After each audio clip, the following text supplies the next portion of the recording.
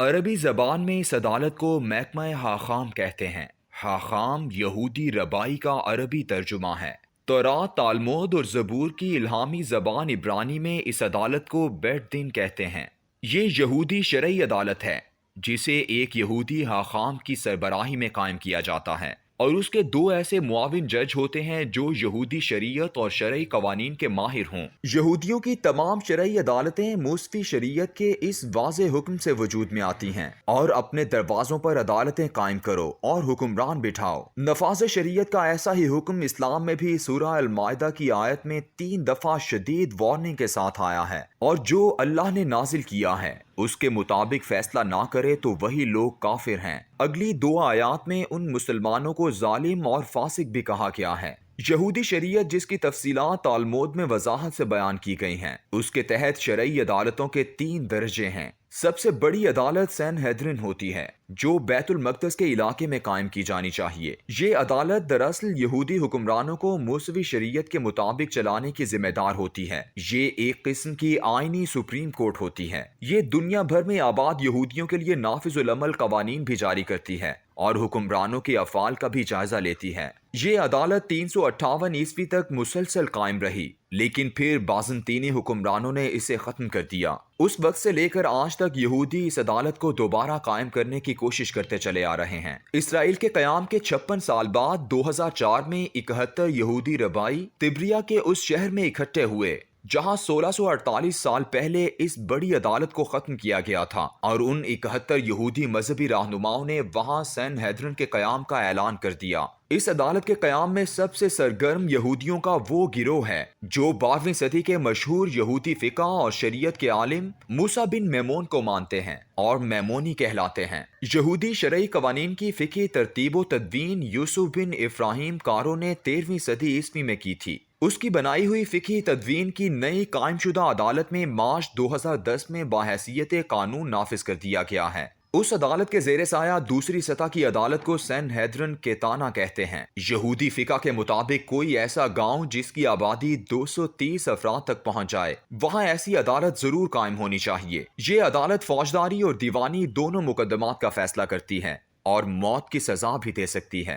اسرائیل میں آج ایسی عدالتیں قائم ہیں۔ سب سے کم درجے کی عدالت بیت دین ہوتی ہے، اور وہ ہر ایسے شہر یا علاقے کے لیے لازم ہے جہاں 120 افراد تک یہودی آباد ہوں، بے شک وہ کسی دوسرے ملک کا علاقہ ہی کیوں نہ ہو۔ بیت دین عدالتیں مالی اور سول امور میں یہودیوں کے درمیان تنازعات کا فیصلہ کرتی ہیں۔ المناک خبر یہ ہے کہ اب یہ بیت دین عدالتیں مسلمانوں کی مقدس سرزمین عرب پر بھی قائم ہونے جا رہی ہیں۔ یوں تو یہودی شرعی عدالتیں مسلمان ممالک میں سے ایران میں کافی عرصے سے کام کر رہی ہیں، اور تہران میں یہودی ربائی یونس حمام لالازار کی سربراہی میں بیت دین کی عدالت آج بھی موجود ہے۔ لیکن جزیرہ نما عرب تو وہ خطہ ہے جس کے تقدس اور جس کی حرمت کے تحفظ کے لیے خود رسول اللہ صلی اللہ علیہ وآلہ وسلم نے فرمایا ہے، اگر میں زندہ رہا تو انشاءاللہ جزیرہ عرب سے یہود و نصارہ کو نکال دوں گا۔ ایک جگہ اور واضح انداز میں براہ راست یہودیوں کو حکم دیا۔ حضرت ابو ہریرہ سے روایت ہے کہ ہم مسجد میں بیٹھے تھے کہ رسول اللہ صلی اللہ علیہ وآلہ وسلم باہر تشریف لائے اور فرمایا، یہودیوں کے پاس چلو۔ ہم آپ صلی اللہ علیہ وآلہ وسلم کے ساتھ گئے یہاں تک کہ یہود کے پاس پہنچے۔ رسول اللہ صلی اللہ علیہ وآلہ وسلم کھڑے ہوئے اور ان کو پکارا اور فرمایا، اے یہود کے لوگو، مسلمان ہو جاؤ۔ انہوں نے کہا، اے ابو القاسم، آپ نے پیغام دے دیا۔ آپ صلی اللہ علیہ وآلہ وسلم نے فرمایا، میں یہی چاہتا ہوں۔ آپ صلی اللہ علیہ وآلہ وسلم نے ایسا 3 مرتبہ فرمایا اور پھر کہا، جان لو کہ زمین اللہ اور اس کے رسول کی ہے، اور میں چاہتا ہوں کہ تم کو اس ملک سے باہر نکالوں، تو جو شخص اپنے مال کو بیچ سکے وہ بیچ ڈالے، اور نہیں تو یہ سمجھ لو کہ زمین اللہ اور اللہ کے رسول کی ہے۔ ایک اور حدیث میں یہودیوں کے ساتھ عیسائیوں کو بھی شامل کیا گیا ہے۔ حضرت جابر بن عبداللہ نے حضرت عمر ابن خطاب سے بیان کیا کہ انہوں نے رسول اللہ صلی اللہ علیہ وآلہ وسلم کو فرماتے سنا، میں یہودیوں اور عیسائیوں کو جزیرہ عرب سے ضرور نکال کر رہوں گا، اور اس میں مسلمانوں کے سوا کسی اور کو نہیں چھوڑوں گا۔ ان احادیث میں دیے گئے رسول اللہ صلی اللہ علیہ وآلہ وسلم کے حکم پر عمل کرتے ہوئے حضرت عمر نے عیسائیوں اور یہودیوں کو جزیرہ عرب سے نکال دیا تھا۔ ابن سرا کی سند سے روایت ہے کہ امام مالک رحمۃ اللہ علیہ نے بیان کیا کہ حضرت عمر نے اہل نجران اور فدق کے یہود کو جلا وطن کر دیا تھا۔ حضرت عمر نے اہل نجران کو جلا وطن کر دیا، لیکن وہ تیماہ سے نہیں نکالے گئے کیونکہ عرب کی یہ حدود نہیں۔ ان تمام احادیث کے علاوہ اس حدیث میں تو بہت ہی واضح حکم موجود ہے۔ رسول اللہ صلی اللہ علیہ وآلہ وسلم نے فرمایا، جزیرہ عرب میں 2 دن اکٹھے نہیں رہ سکتے۔ ترمذی۔ اس حدیث کی روح سے تو ہندو، بدھ اور مشرکین غرض اسلام کے سوا کوئی اور طرز زندگی اختیار کرنے والے افراد کو جزیرہ عرب میں رہنے کا کوئی حق نہیں ہے۔ جزیرہ عرب کا جو جغرافیہ کتب حدیث میں درج ہے وہ یہ ہے: زمین کا وہ ٹکڑا جسے بحر ہند، بحر احمر، بحر شام اور دجلہ و فرات نے احاطہ کر رکھا ہے، یا طول کے لحاظ سے عدن ابین کے درمیان سے اطراف شام تک کا علاقہ، اور عرض کے اعتبار سے جدہ سے لے کر عراق کے اطراف تک کا علاقہ۔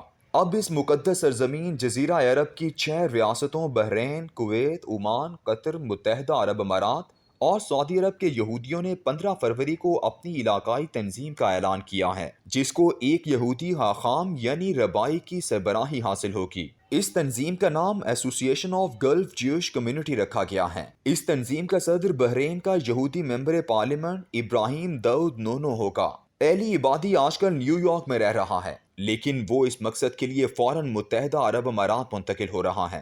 یہ شخص بیروت میں پیدا ہوا، میکسیکو میں پلا بڑھا اور اب نیو یارک میں ایک اہم یہودی اسکالر کی حیثیت سے رہ رہا ہے۔ اس نے متحدہ عرب امارات روانگی کے وقت کہا ہے کہ ایسا لگتا ہے کہ میں اپنے گھر واپس جا رہا ہوں، جس خطے میں میں پیدا ہوا، وہ زبان جو میں نے سب سے پہلے بولی اور جن روایات میں میں پلا بڑھا۔ اس یہودی علاقائی تنظیم کے قیام کے ساتھ ہی ایک اہم ترین اعلان یہ ہوا ہے کہ متحدہ عرب امارات میں تیسری سطح کی یہودی شرعی عدالت بیت دین کا قیام بھی کر دیا گیا ہے، جس کا سربراہ بھی یہی یہودی ربائی ایلی عبادی ہوگا۔ اس ربائی کے ساتھ 2 فقہی ماہرین بھی اسی عدالت کے لیے متحدہ عرب امارات منتقل ہو رہے ہیں۔ یہ یہودی شرعی عدالت یہودیوں کے سول اور مالی معاملات سے متعلق فیصلہ کرے گی۔ ان بدلتے ہوئے حالات کے بعد خطے میں جو گھمسان کارن پڑنے والا ہے، اس کی خبر مخبر صادق سید الانبیاء صلی اللہ علیہ وآلہ وسلم 1400 سال پہلے دے چکے ہیں۔